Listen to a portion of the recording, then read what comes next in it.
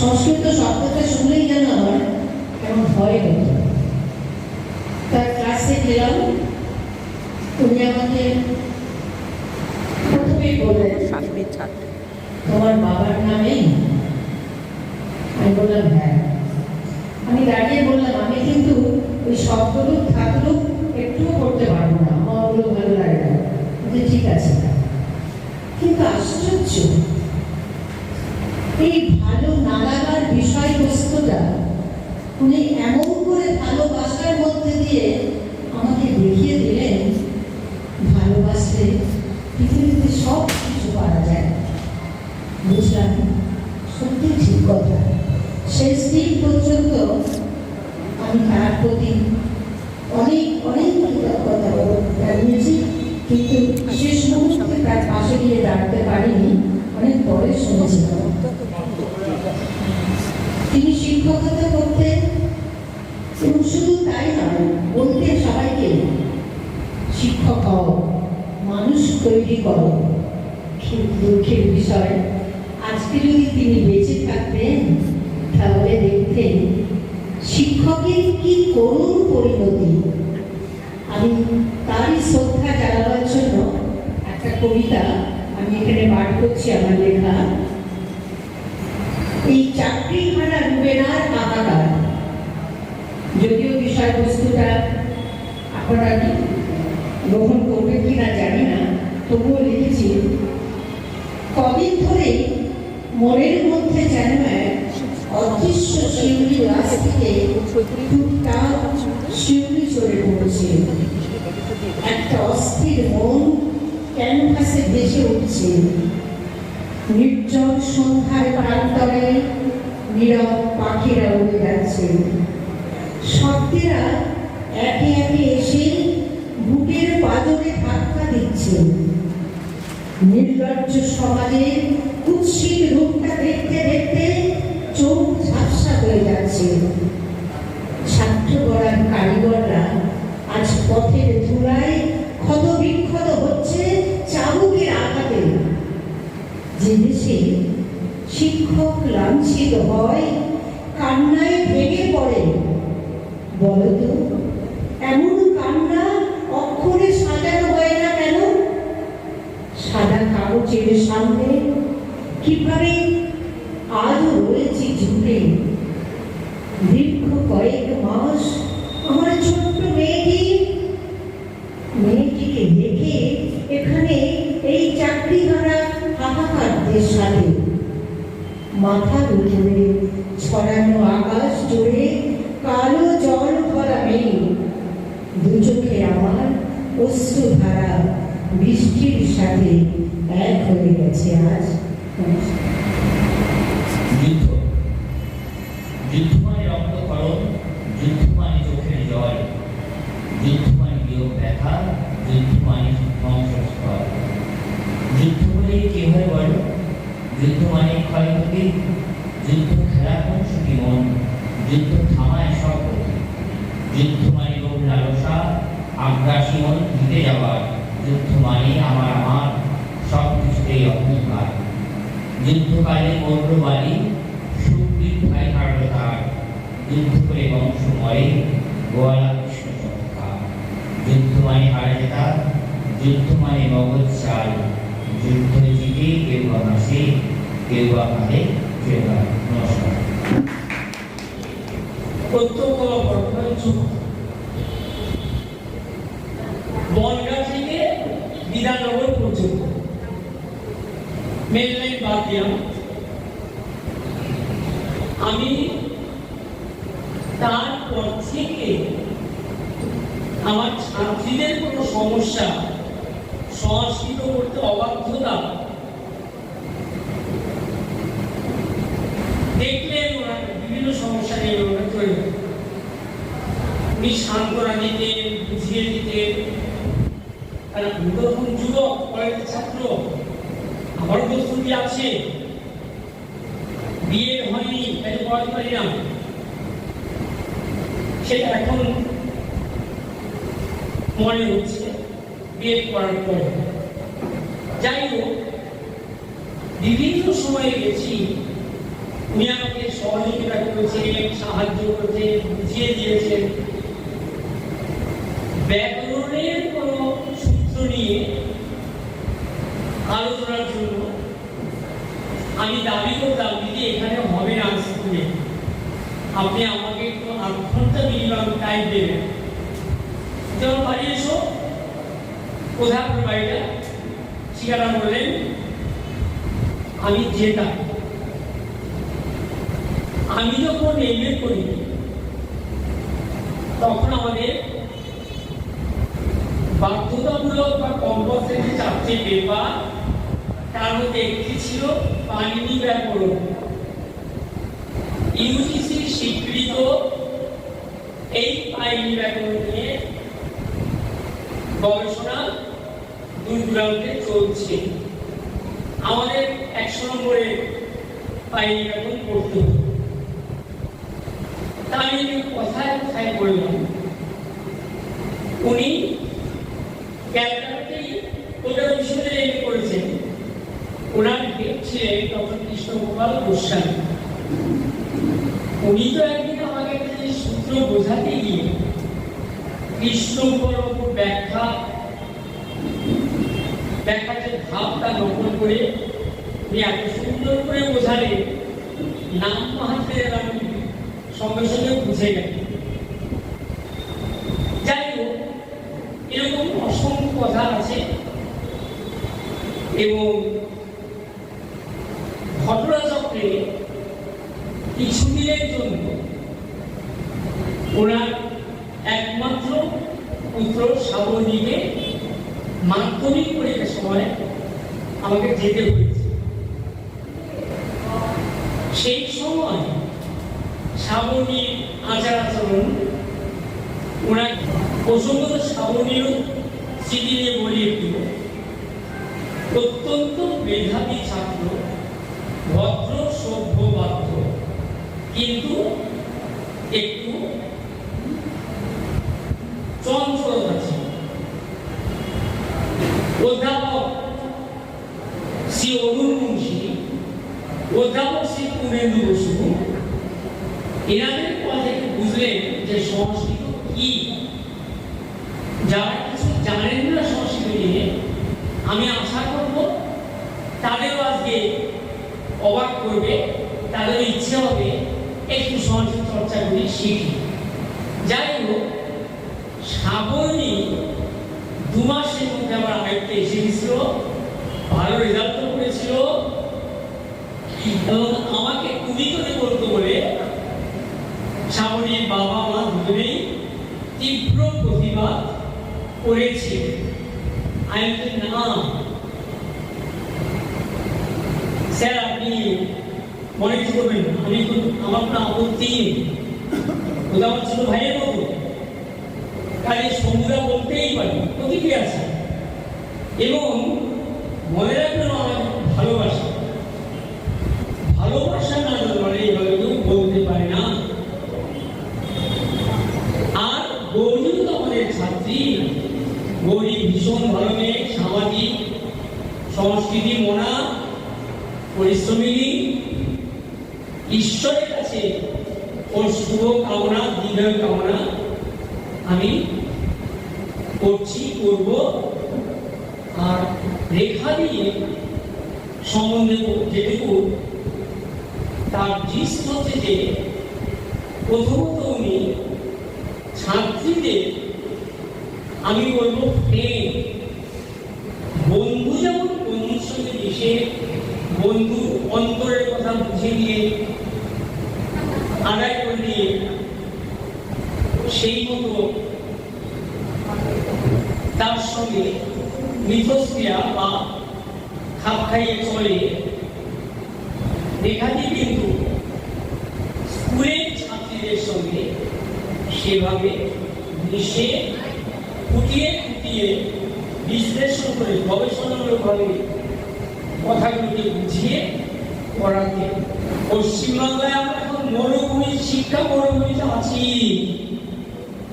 কাজে আমাদের কিন্তু প্রয়োজন রেখাটির মতো একজন শিক্ষিকা। আমি দাবি করি যে বনগাঁয়ে যদি কেউ সংস্কৃত শিক্ষিকা কেউ থাকেন, সরকার ছেড়ে নিন, রাজনীতি রেখাতেই জাতীয় পুরস্কার পাওয়া দরকার, উচিত। ওনার কাছ থেকে ওনার যে পড়ে টেস্টে যে 30 পেয়েছে, ফাইনালে গিয়ে সে কম করে 55 পেয়েছে। এরকম অনেক নজির আছে। বই কিনতে পারে না, এখানে কিছু স্পেসিফিক কিনতে দোকান ঠিক করে দিতে, বাকি বই কেনা চলবে। এমন হয়েছে গার্জিয়ান দেয়নি, এখানে নিয়ে স্কুল থেকে বেড়া করতে সেই টাকা দিয়ে গেছে। এরকম অনেক খবর, অনেক গল্প আমার কাছে আছে। ওনার একটাই লক্ষ্য সংস্কৃতিকে ভালোবাসবে, উচ্চশিক্ষা নেবে সংস্কৃতি নিয়ে, এই নিয়ে অনেক গল্পটা আমার সঙ্গে হতো। যাই হোক, আজকের সন্ধ্যা আমরা সত্যি গৌরীর কাছে ঋণী। ছাত্র, শিক্ষক, নবাবপুরবাসী, নবাবপুরের স্কুল কলেজগুলো, আমি অন্তর থেকে বলছি, আমরা গৌরী আমাদের ছাত্রী হয়েও আমরা গৌরীর কাছে ঋণী। কারণ এতদিন পর, এত বছর পর পুত্রবধূ হয়ে ওর মনে বিষয়টি যে রেখাপাত করেছে, পুরাণ সম্পর্কে ওদের অন্তরে অন্তরতম স্থানে বিষয়টি উদ্ভাবন করতে পেরেছে এবং এত কিছু সাংগঠনিক শক্তি উপযোগিতা প্রয়োগ করে ও যে এই আয়োজন করেছে এবং যেভাবে পরিচালনায় ও তদ্গতচিত্ত হয়েছে, সত্যি আমরা গর্বিত টিচার হিসাবে। আমরা গোপালচন্দ্র মেমো শিক্ষক শিক্ষক স্মৃতি মহাবিদ্যালয়ের তরফ থেকে আমি সেই ওর কাছে ছাত্রী হইব, ওর কাছে আমরা সে আনন্দ সেই দিন স্বীকার করি নতমস্তকে। কারণ গৌরীর মধ্যে সংস্কৃতির কিছুটা উপাদান রয়েছে, যে কারণে গৌরী বাংলায় এত নিষ্ণাত হতে পেরেছে। এজন্য আমি সুখী, আনন্দিত, শান্তিপূর্ণ বটে। যাই হোক, আপনারা জেনে রাখবেন, এই রেখাটি যেমন শিক্ষালাভ ছিল, মনন জগতের পক্ষে অত্যন্ত সমৃদ্ধ, গভীরভাবে নিঃস্বাদ অবস্থায় ছাত্রীদের নিয়ে যাওয়ার জন্য আকুল তার চেষ্টা। উনি ঘন্টা পড়ার সঙ্গে সঙ্গে ক্লাসে যেতে পারে বাঁচতেন। যদি কোনো ক্লাসে গিয়ে দাঁড়িয়ে থাকতে তিনি বিব্রত বোধ করতেন, আমি নিজের চোখে দেখা। আর ঘন্টা পর যখন বেরিয়ে আসছেন, মনে হচ্ছে যেন একটু বিমর্ষতা, দুঃখের ভাব। কেন? কিছু হয়তো বোঝাতো বাকি ছিল, কিন্তু নিয়তি নিষ্ঠুর পড়ে আসি, ঘন্টা পড়ে গেছে, ক্লাস ছাড়তেই হবে। সেই অর্থে তিনি কবি শৃঙ্খলা পরায়ণা। আর মেয়েরা পড়া পারে একদিন, দুদিন, 3 দিনের দিন উনি খুব বুড়ো হয়ে যেতেন। এত টিচার, এতগুলো স্কুল নিয়ে করা করতে রেখাটি পরে দুটো বছর চলে গেল, কিন্তু এখনো আমরা রেখাটি নিয়ে কেন মাতামাতি করি? আমি বলি কেন পুরো রেখাটি যারা যিনি এসছেন, তিনিও আমার ছাত্র। তাকে অনেক গল্প করি যাতে নিজেকে একটু এগিয়ে। আরেকটা সংকোচ এখন আমরা শেষ করব। আমার যখন 94 ফার্স্ট সেপ্টেম্বর বিএড কলেজে চাকরি হয়, সেদিনই আবার রেখাদি ফেয়ারওয়েল বিএড করেছে। কারণ আমাদের অধ্যাপিকা রিটায়ার করার পরে সংস্কৃতে রেখাদি 4 মাসের জন্য কলেজে পড়িয়েছিল। আমি জানতাম না, আমার গিয়ে দেখা হয়ে প্রণাম করলাম, বললাম সব যে আশীর্বাদ করলেন, খুশি হলে খুব অনেক কিছু আমাকে নির্দেশনা দিলেন, উপদেশ দিলেন, ভালো লাগলো। আমার কাছে অনেক মহামূল্য সম্পদ, খুব আনন্দিত হলাম। পরের দিনই আমি কলেজ করে আবার গেলাম সব কথা বলতে পারবো। হ্যাঁ ঠিক ঠিক যাই হোক, এমন একজন মহতী শিক্ষিকা যার আদর্শ, যাকে নিয়ে ভাবি যুগের যে শিক্ষক শিক্ষিকা, ওনার কাছ থেকে ওনার সম্বন্ধে অনেক জ্ঞাতব্য বিষয় জেনে নেওয়া উচিত। ঈশ্বর অন্তত নবরত্নের অভিভাবক অভিভাবিকা, শিক্ষক শিক্ষিকা, প্রধান শিক্ষক প্রধান শিক্ষিকা সবার অন্তরে সেই অভিশাপ দান করুন। তবেই আমি বিশ্বাস করব যে নিউইয়র্কের আগামী ভবিষ্যতের আর যারা শিশু আছে তারা প্রকৃত শিক্ষিকা বা শিক্ষক হতে পারবে। আজকে যে আমি পড়াতে পারছি এর পেছনেও বলবো এখানে আশীর্বাদ এবং পরিশ্রম সক্রিয়তা ছিল। কাজে আমি কৃতজ্ঞ চিরে প্রতিদিন ওনাকে প্রণাম করি। কাজে এই প্রার্থনা করি যে সর্বে স্থিরম সন্তু সর্বে ভবন্তু শিক্ষিতা, এই বলে শেষ করছি। সকলে ভালো থাকবেন, সংস্কৃত চর্চা করুন, দেখবেন এর মধ্যে অমৃত আছে, স্বর্গে যাওয়ার পথস্থ, এই বলে শেষ করছি। নমস্কার। অশেষ ধন্যবাদ। সেখানে একটি স্বরচিত কবিতা প্রকাশিত হয়েছে, সেই কবিতাটি আমি পড়ছি। কবিতার নাম স্বপ্ন। হারিয়ে যাব বলে তুমি বললে আমায় ডেকে পত্র লিখো, কোন অজানায় হারিয়ে গেলে যেই অলস চোখে তাকিয়ে দেখি কেউ কোথাও নেই। সবাই ছিল সবার মতো, তুমিও ছিলে পাশে, ইচ্ছে করে ছিন্ন হলে মিথ্যে আশ্বাস। নিখোঁজ হলে যেই একটি করে সবুজ পাতা হাতে তুলে নেই। কেমন হবে পাতার উপর পদ্ম লিখি যদি, করবে তুমি কেমন করে? নেই তো তাতে ক্ষতি, ক্ষতির কথা উঠল যখন ওরেই ফেরি তবে। একটি আছে বৃদ্ধ পশু আমার মনে তবে, জল পায়নি আলোর অভাব কেমন করে বাঁচে, ভালোবাসায় লালন করে রেখেছিলাম তো। শুকিয়ে গেল যখন তুমি গেলে নিহত দেশে। বেশ করেছ প্রেম যে কখন পুড়ে হলো ছাই, পাতার উপর পদ্ম রেখার শব্দ কোথাও নাই। পাতার উপর জাল বুনতে জড়িয়ে গেছি জালে, কেউ ছিল না তাহলে কি তুমি জড়ালে?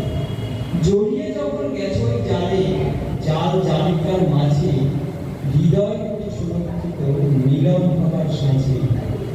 মিথ্যে স্বপ্নে ঘুম ভাঙল কাকেই বা কি বলি, প্রেম কি শুধু শব্দ নাকি? চলো একসাথে পথ চলি। নমস্কার। বিষ্ণুকে অশেষ ধন্যবাদ। এবার মঞ্চে আছেন আমাদের প্রিয়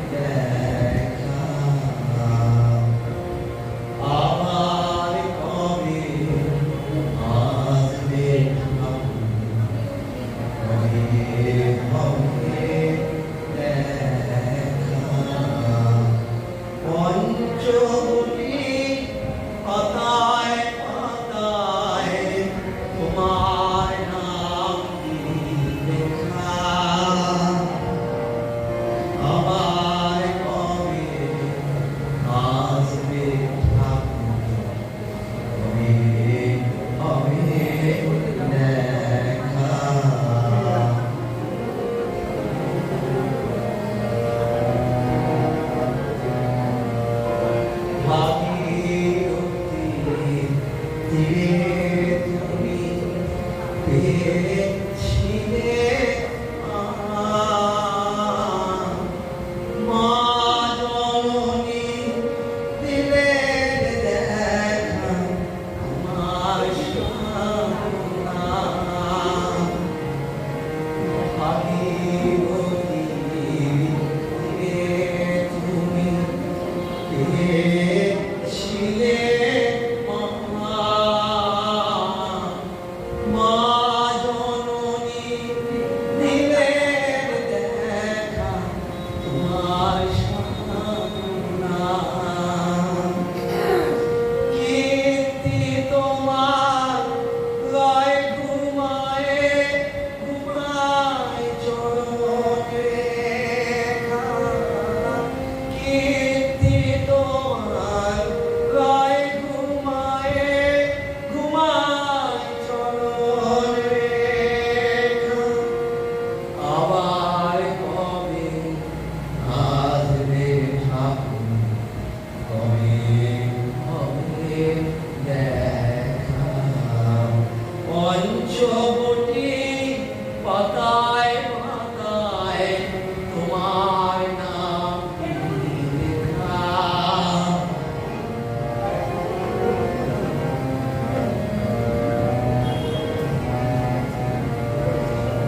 পঞ্চবটি পেয়েছে প্রাণ তোমার আশীর্বাদে পাখি ডাকে মুখর সে হয় পাখি ডাকে মুখর সে হয় তোমার আশীর্বাদে তোমার আশীর্বাদে আজ তুমি নাই মায়ের ঠাকুর কাঁধে আমার মন নীরবে ওই কাঁধে তোমার পঞ্চমী মন আজ তুমি নাই মায়ের ঠাকুর কাঁধে আমার মন নীরবে ওই কাঁধে তোমার পঞ্চমী মন ভবতারিণী নিয় কাঁধে শূন্য ভুলে একা ভবতারিণী নিয় কাঁধে শূন্য ভুলে একা আবার কবে আসবে ঠাকুর কবে হবে দেখা মনবাসী তোমার তরুণী বাজিয়েছিলেন আমি তখন মায়ের ডিস্কে এখানে বসবেন কাকু? এখানে বসবেন? আসুন। বাইরে দিদিমণির পাশে এখানে বসবেন? এসো। দিদিমণির বউ। হাওয়ায় এসো। আমি কাকু, তখন এখানে আসবেন? আমি তখন শাড়ি আলাপ হলো বেলমাধব সুলেখাদের বাড়ি বেলমাধব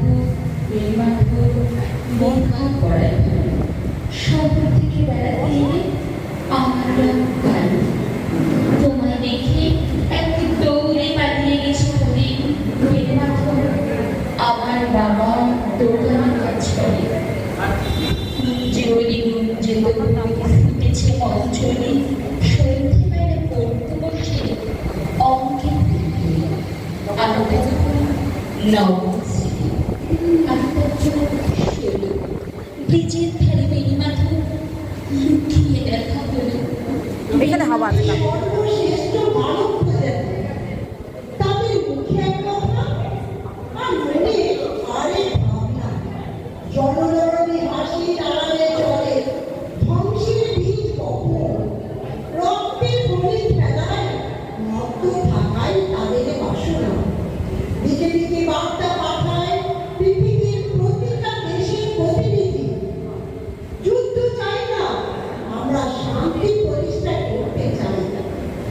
অথচ শিক্ষা স্বাস্থ্য বাদ দিয়ে ভিত্তি করে চলেছে অস্থির ভান্ডার। মানবকে উন্নতি সাধনে বাড়ছে গবেষণার খাই। ভালোবাসা একতাবদ্ধ মানবিকতা না থাকলে শত্রু তো বাড়বেই।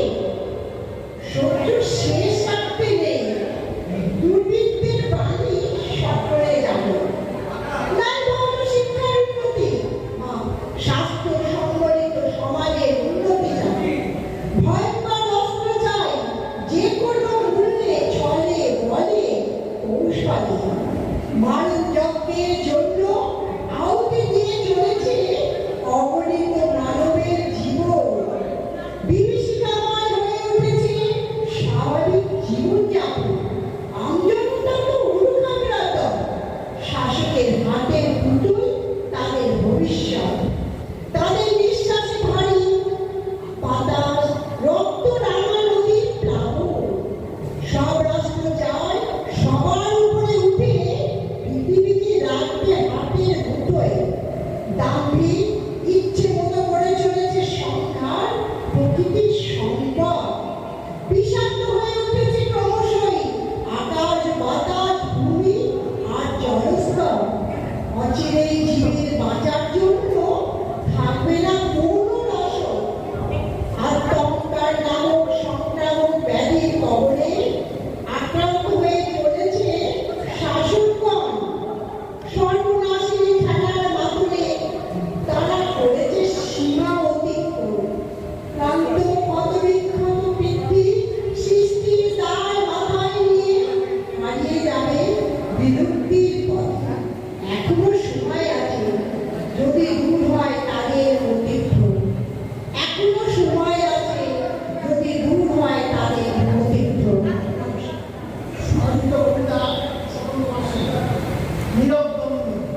বন্ধু করেছি দুঃখের সাথে, দোবেলে করেছি জয়, দৃঢ়তার সাথে করেছি ভয়, করি না কষ্টের ভয়। আপোষ করেছি না পাওয়ার সাথে, করেছি যাওয়াকে জয়, চেয়েছি বাঁচতে বাঁচার মতো, তার থেকে নয়।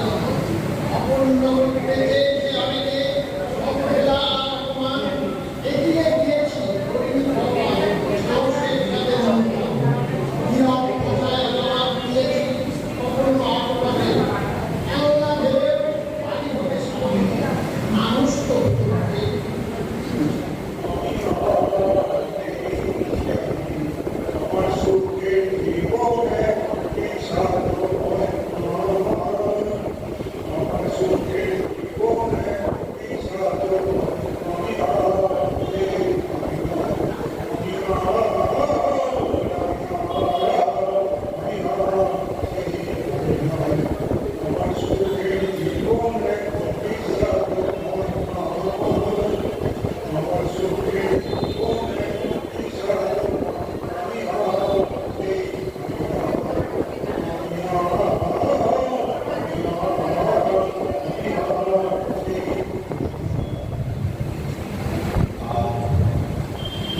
উত্তর চব্বিশ পরগনা জেলায় আমি সত্যি কথা বলতে গেলে খুবই অপরিচিত। এখানে শ্রোতারা সংখ্যাও সীমিত। তাদের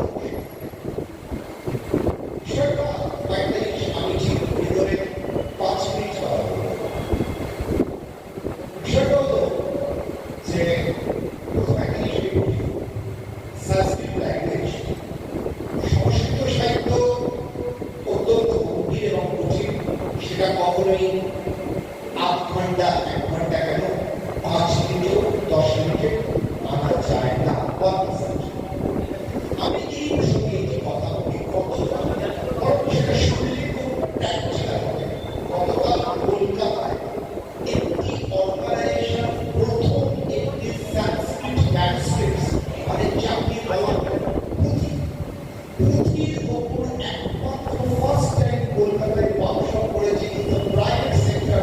আমার কথা অপেক্ষাই কারণ এসআই সোসাইটি তাদের পুঁথি নিয়ে কাজ করে, তাদের প্রিজার্ভেশন